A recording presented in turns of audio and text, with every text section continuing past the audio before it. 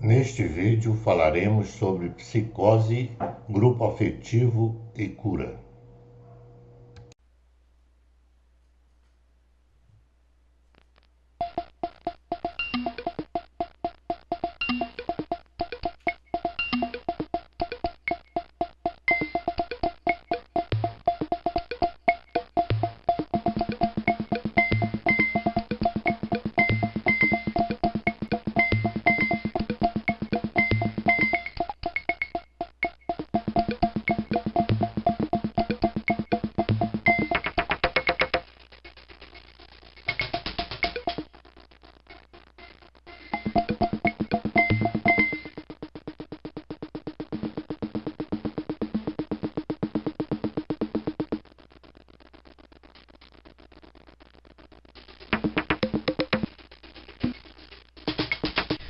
Um dos fatos mais importantes que nos fizeram enveredar pelos caminhos do comportamento humano foi o caso de José, paciente depositado no interior de um hospício público, abandonado pela família, sem tratamento e sem atenção.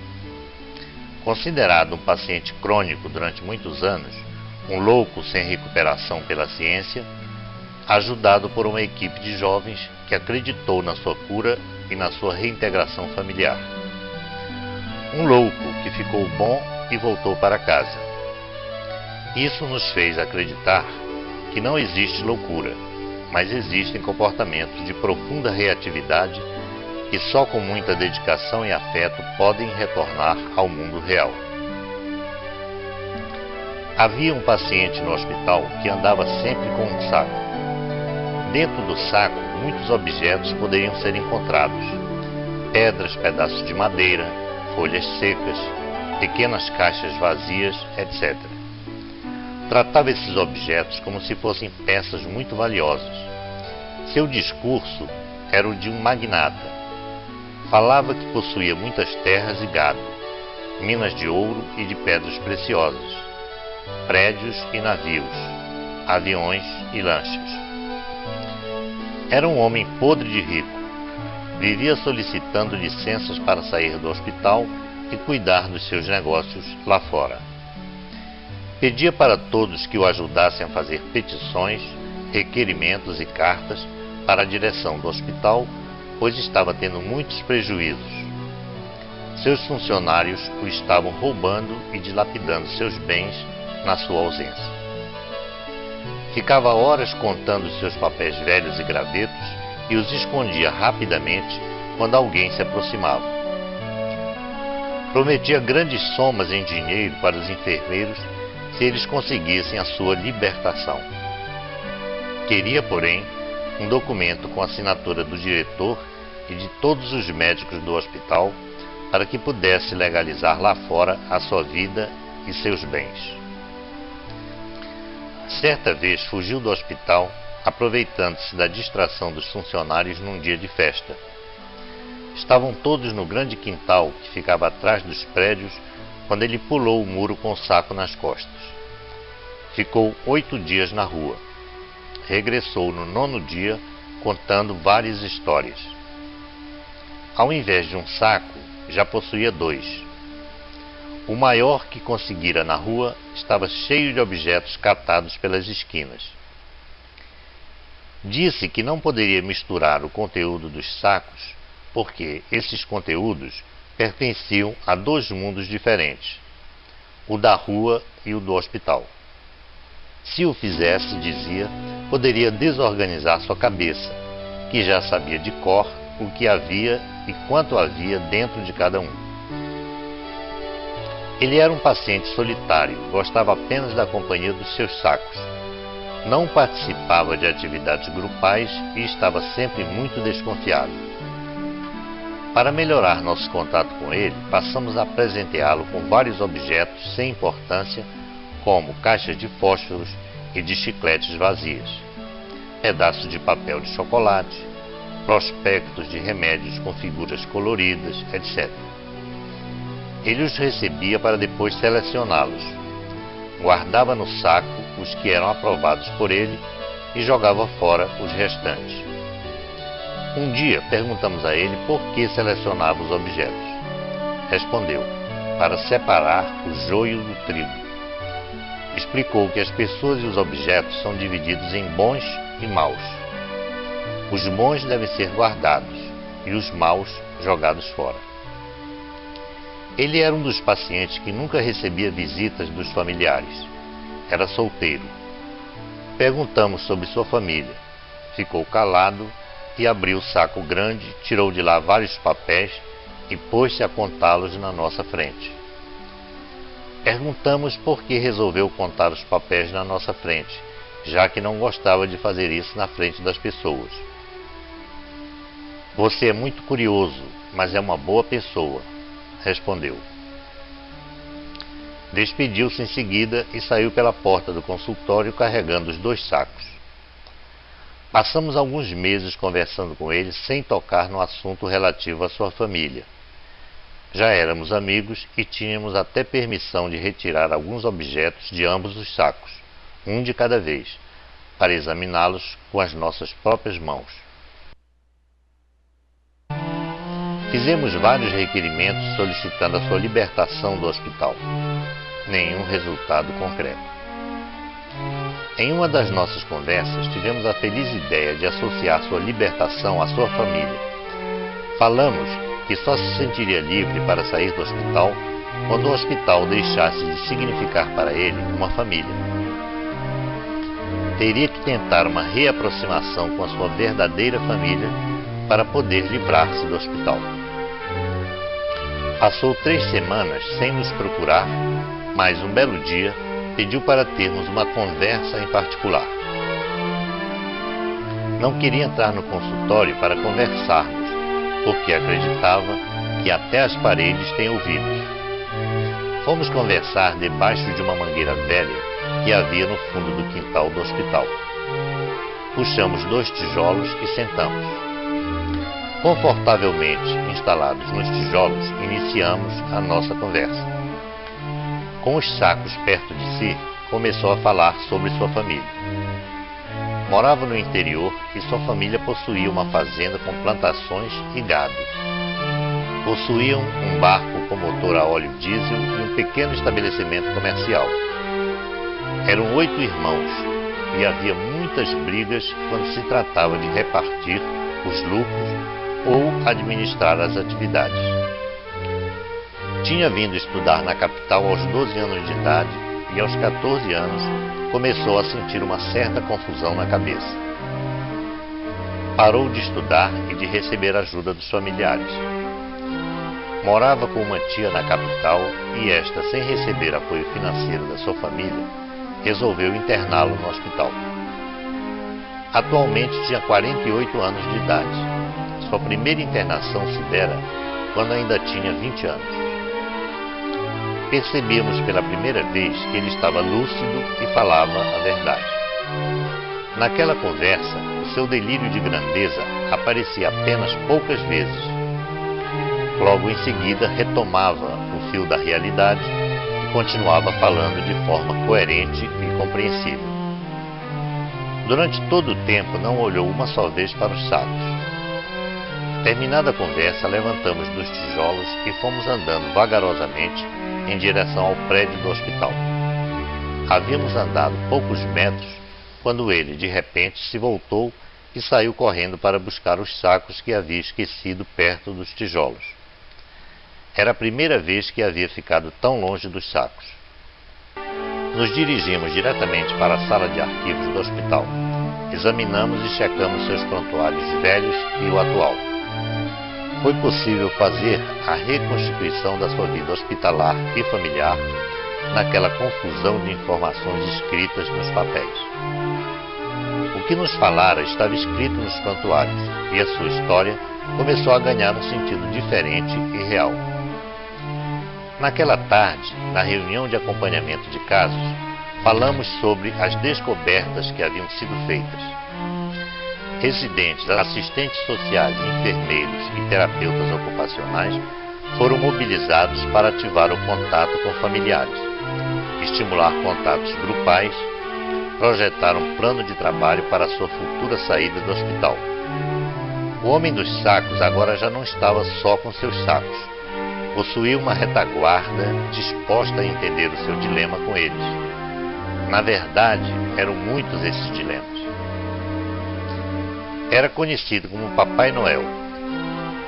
Já havia brigado muito com outros pacientes por causa desse apelido. Agredia todos os que ousassem aproximar-se para abrir seus sacos. A primeira providência tomada pela equipe foi a de resgatar o seu verdadeiro nome. Chamava-se José. Agora, todos passariam a chamá-lo pelo seu nome. As assistentes sociais descobriram o endereço da sua tia e de mais 3 irmãos que residiam na capital. As reuniões com os familiares tinham o objetivo de restabelecer os contatos e mostrar que, com a ajuda deles, José poderia recuperar a sua posição normal de membro da família. As resistências foram muitas e intensas, mas as esperanças continuavam. Nessa época, compreendemos como era falso o mito da loucura e do louco varrido. O psiquismo humano, analogamente ao sistema imunológico do organismo, possui poderosas defesas para preservar o equilíbrio mental. O comportamento anormal mantém preservada sua coerência e seu lado saudável para poder suportar os desequilíbrios da família e da sociedade.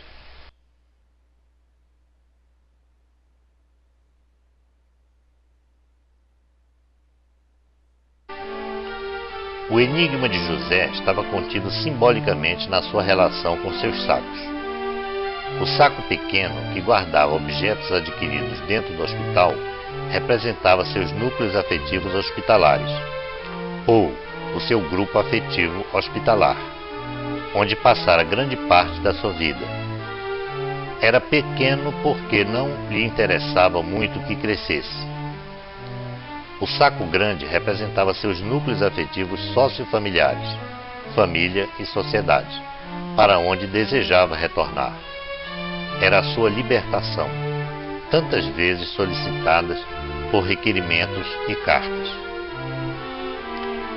Seu delírio de grandeza, representado pelo ouro, dinheiro e propriedades, simbolizava o seu abandono pela família, que o deixava mendigo desse afeto tão importante e valioso, e que era recolhido pelo chão em forma de objetos, convencionalmente de pouco valor. Denunciava ao mesmo tempo a ambição materialista existente em sua família e na sociedade que conhecia.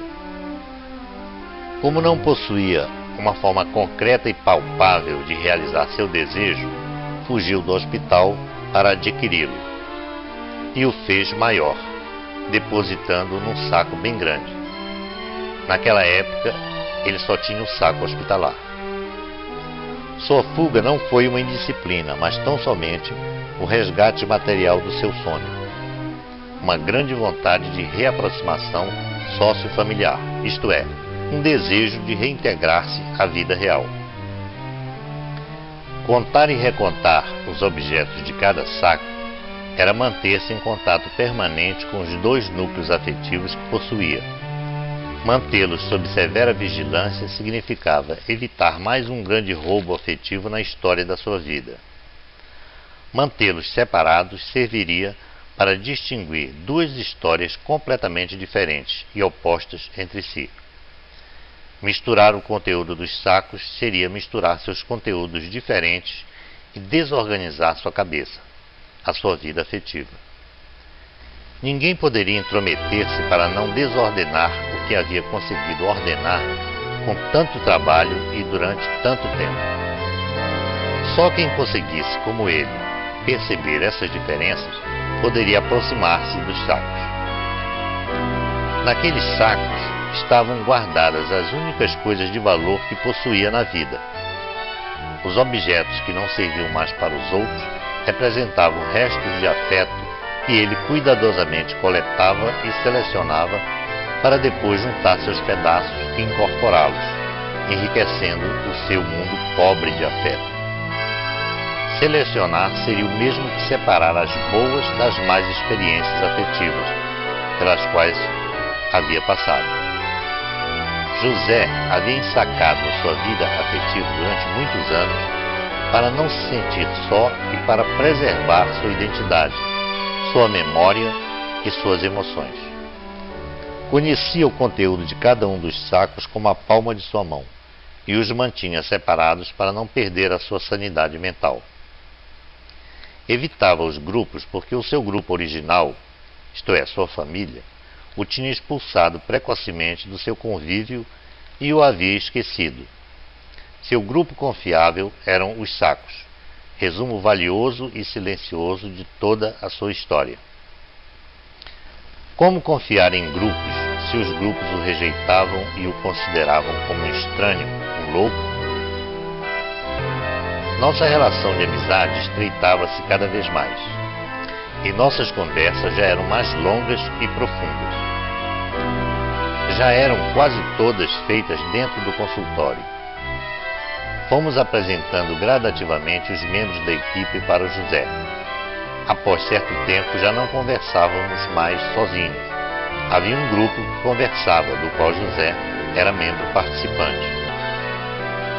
No princípio falava pouco, mas com o tempo foi tomando a palavra e se incorporando ao trabalho da equipe. José estava experimentando as vantagens de participar do seu primeiro grupo confiável. Denominamos esse grupo de Grupo, Trabalho e Esperança.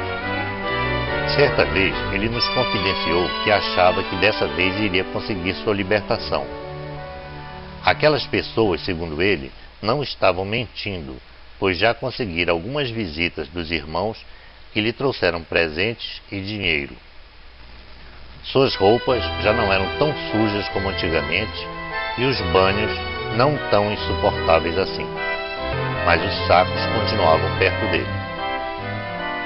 Nós compreendíamos cada vez mais a solidão de José e, ao mesmo tempo, o nosso despreparo para lidar com casos semelhantes ao dele.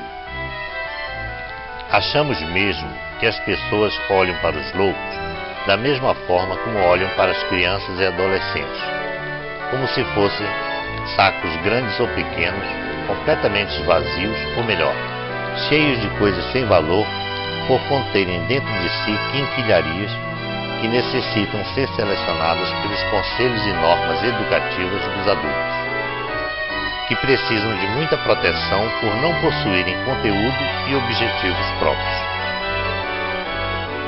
Sentem-se donas desses sacos e os carregam de um lado para o outro, segundo seus próprios sonhos e desejos, sem se importarem com seus próprios conteúdos de valor.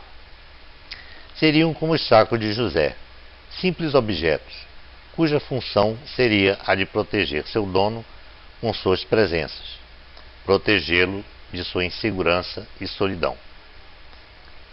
José começou a participar de outros grupos de pacientes e ganhava mais confiança em si mesmo. Fazia anos que não tomava remédios no hospital. Era um esquecido hospitalar desde o tempo em que era conhecido como Papai Noel. A partir das nossas primeiras conversas, a equipe havia resolvido que ele não tomaria remédios como parte do seu tratamento. Nunca lhe foi oferecido, nem nunca pediu. Continuou sempre assim, sem remédios. Era um antigo membro do grupo da abandonoterapia, apelido que dávamos aos esquecidos, que agora já possuía identidade e se chamava José, membro com voz e voto dentro do grupo Trabalho e Esperança, escolhido e eleito pela equipe do hospital para ser o cidadão de sua própria libertação. José pediu-nos que guardássemos os seus sacos na sala de reuniões, onde havia um velho armário cheio de desenhos e objetos confeccionados por pacientes da terapia ocupacional. Perguntou se era um lugar seguro e quem guardava as chaves desse armário. Falamos que era seguro e que as chaves ficavam com o nosso grupo. Perguntamos se ele queria ter uma chave só para ele. Aceitou, e a nova chave foi confeccionada e lhe foi entregue. Andava com ela pendurada no pescoço e dormia com ela. Não tinha mais o trabalho de carregar os 2 sacos, porque os havia trocado provisoriamente por uma chave, símbolo da sua confiança em nosso grupo. Com o passar do tempo, parou de coletar objetos do chão e entrou para um grupo do Mobral, Movimento Brasileiro de Alfabetização, que havia sido instalado no hospital para pacientes que queriam aprender a ler e escrever. Seus delírios eram pouco frequentes e só reapareciam quando retirava seus sacos do armário para tê-los junto a si, e desapareciam quando nos confiava a guarda dos mesmos. Ensinamos a ele que não revidasse quando alguém, relembrando os velhos tempos, o chamasse de Papai Noel. Para nós e para quase todos, ele era um novo cidadão chamado José, e deveria ser assim para sempre. Certo dia, seus parentes vieram buscá-lo para que passasse o fim de semana com eles. Concordou em ir e queria levar os sacos, mas o convencemos de que ele, como o novo José, deveria levar apenas a chave do armário. Ele aceitou e foi embora com os parentes. Voltou na segunda-feira pela manhã com o terceiro saco. Na verdade, não era um saco, e sim uma sacola. Estava cheia de objetos diferentes dos outros que estavam no armário. Continha escova, creme dental, roupas, sapatos, sandálias, cadernos, biscoitos e um pente novo. Ele estava alegre, mas conversava pouco com os parentes. Aproveitamos a presença deles e fizemos uma reunião conjunta do grupo Trabalho e Esperança. O grupo ia ficando maior com o passar do tempo e já mostrava alguns resultados. Na reunião, os irmãos queriam que ele saísse do hospital e retornasse para a casa de um deles. O José ficou reticente e acabamos concordando que sua saída teria que ser decidida por ele e que deveria aproveitar e concluir seu curso do Mobral. Já sabíamos muito a respeito da sua vida familiar. Seus irmãos contaram muitas histórias que não estavam escritas nos prontuários velhos e nem nos novos. Parte de sua família morava na capital e possuía boa situação financeira. O pai de José havia falecido há 10 anos, mas sua mãe ainda morava na mesma fazenda com os filhos mais novos. Numa outra reunião do grupo, José pediu que guardássemos sua sacola nova, pois temia que os outros pacientes roubassem seus objetos, fato bastante frequente entre eles. Queria ficar com alguns objetos de uso pessoal e com a chave do armário. Pediu também que queimássemos os outros 2 sacos antigos. Respondemos que os sacos antigos ficariam guardados até 1 ano após sua saída do hospital. Gostaríamos que ele próprio, após 1 ano e junto com a sua família, voltasse a nos visitar e, junto conosco, procedesse o ritual de incineração dos velhos sacos. Aceitou a ideia e voltou para a sua aula do Mobral, que já havia iniciado há 5 minutos atrás. O novo José já não era o mesmo homem dos sacos e a nossa equipe já não era a mesma dos velhos tempos.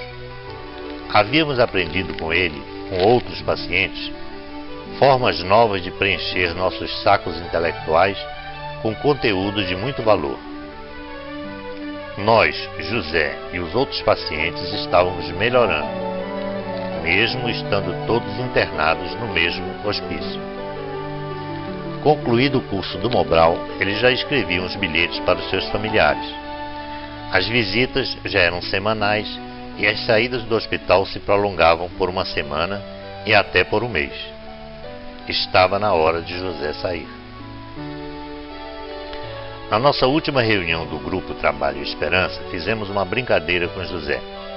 Redigimos uma carta de libertação concedendo ao senhor José de Oliveira da Silva os títulos de cidadão livre, membro honorário da equipe e o de senhor de todos os bens e riquezas que ele conseguisse adquirir dali por diante com seu próprio esforço. Essa carta continha também todas as aquisições que fizera desde que passara a se constituir um membro integrante do nosso grupo até aquele dia. Só omitimos na carta a existência dos 2 sacos velhos que ainda jaziam no armário, símbolos de sua loucura e, ao mesmo tempo, da manutenção da sua sanidade. presenças concretas do seu esforço solitário em manter seu próprio equilíbrio, sem a ajuda de ninguém, durante muitos anos. José saiu do hospital numa sexta-feira de tarde, acompanhado por sua sacola nova, pelos parentes, pelos membros do grupo Trabalho e Esperança e por alguns pacientes que haviam se tornado seus amigos nos últimos tempos. Sentia-se mais confiante e na porta de entrada do hospital se despediu de todos, entrou no carro com seus parentes e desapareceu entre os acenos dos que ficaram. Lembramos que, quando recebeu sua carta de libertação, percebeu com um sorriso a assinatura de quase todos os médicos do hospital, funcionários e pacientes que o conheciam bem.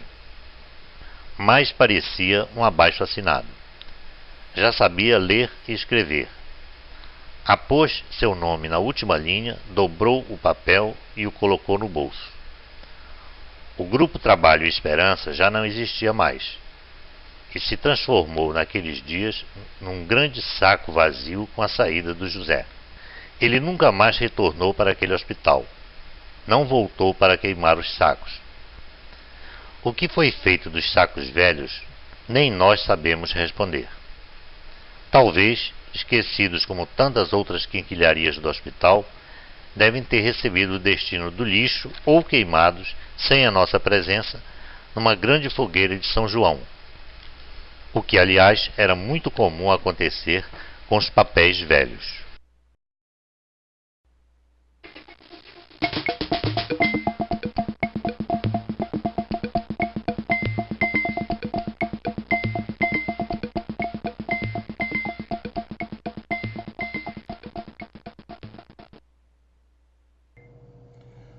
No próximo vídeo falaremos sobre punição, omissão e culpa.